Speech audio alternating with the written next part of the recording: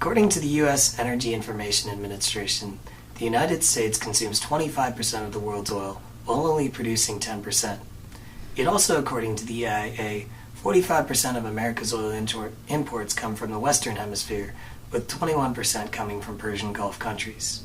Given these competing statistics, the true state of America's dependence on foreign oil is hardly clear.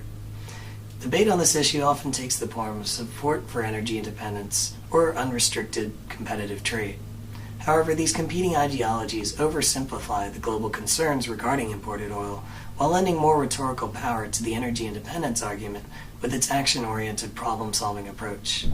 Today I will attempt to analyze the importance and implications of foreign oil by first discussing each ideological extreme, paying careful attention to how each side ignores crucial aspects of the global economy, and then discussing why arguments for energy independence exude greater influence over the majority of citizens.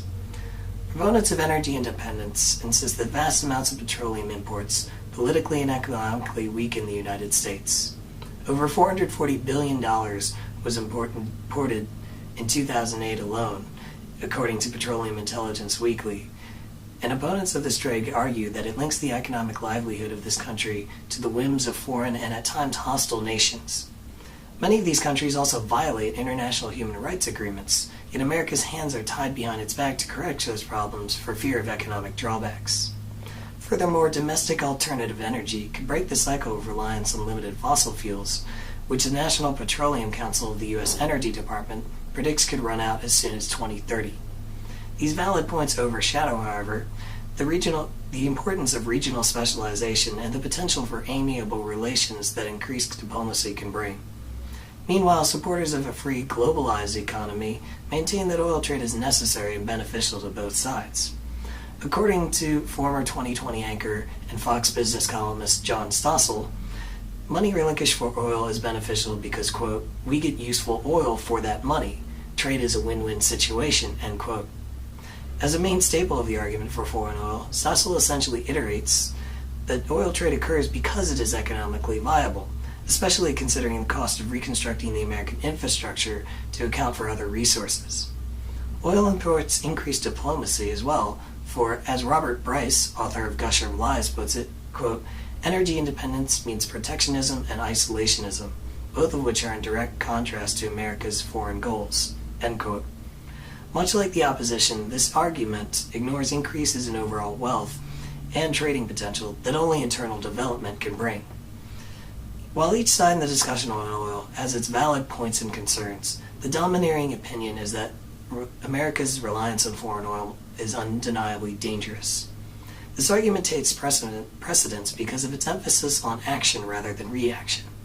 Whereas supporters of imported oil would prefer to let the market and demand for oil regulate itself, proponents of energy independence argue for a wide range of actions to wean America off foreign oil.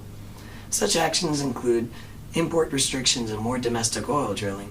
For the 2009 Congressional Research Service on Fossil Fuels estimates enough oil lies in untapped areas of the country to increase our oil production by 5%. Independence arguers also encourage more energy research, alternative energy research and development, which the American Solar Energy Society predicts could create as many as 40 million new jobs by 2030. Jobs that could greatly alleviate the current economic crisis. This practice of action to bring about a better future is in many ways ingrained in our culture. America was founded on ideals of liberty and independence, and throughout our history we've espoused self-determination, rugged individualism, and honest work as ideal virtues. Both as a country and as individuals, we never want to be seen as relying on anything other than our own power. Thus applying this idea to foreign oil is only natural. After all, as one of the most powerful countries in the world, why can't we produce our own energy? Again, however, this position and America's ideology of independence disregard the immense complexity of a globally traded commodity such as oil. The intrinsic value of an item is only worth how much one values it. Applying this idea to oil, we can recognize that without giving up the money to acquire it, the United States would not make a profit or further transactions in the first place. And even while this fact holds true, countries must always look inward to a certain extent to make sure that current levels of infrastructure and economic development can actually produce said profits. Inevitably, the competing ideas of energy independence and free trade balance each other out to some extent, though the equilibrium lies clearly on the energy independence side, for America's innate sense of liberty ultimately lends more clout to the opposition of foreign oil.